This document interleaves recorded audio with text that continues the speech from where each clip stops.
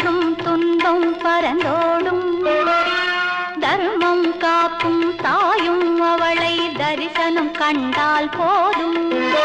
துர்க்கை அம்மனை துதித்தால் என்றும் துன்பம் பரந்தோடும். தர்மம் காக்கும் தாயும் அவளை தரிசனம் கண்டால் போதும். கர்ம வினைகளும் ஓடும், சர்வ மங்களும் கூடும்.